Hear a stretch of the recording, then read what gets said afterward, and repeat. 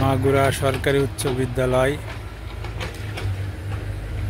এর পিছন সাইড পুকুরের পাশে নবনির্মিত 6 তলা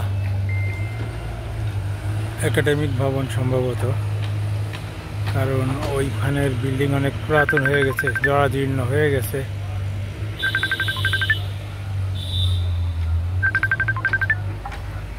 নবনির্মিত একাডেমিক 6 তলা ভবন অনেক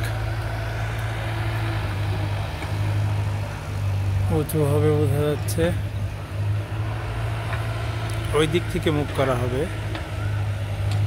ওইদিকে হবে ফ্রন্ট সাইড, ওই স্কুলের দিকের ওইদিকে ফ্রন্ট সাইড পুকুরের পাশেই বেশ সুন্দর হবে। দুদিকে রাস্তা চলে আসবে, পুকুরটা যে ব্যাক সাইডে ছিল ওটা ফ্রন্টে চলে আসবে। বেশ মাগুরা সরকারি উচ্চ বিদ্যালয়ের জামে মসজিদ, মসজিদের সাথেই হবে, স্টুডেন্টদের নামাজ পড়ার জন্য খুব সুন্দর হবে।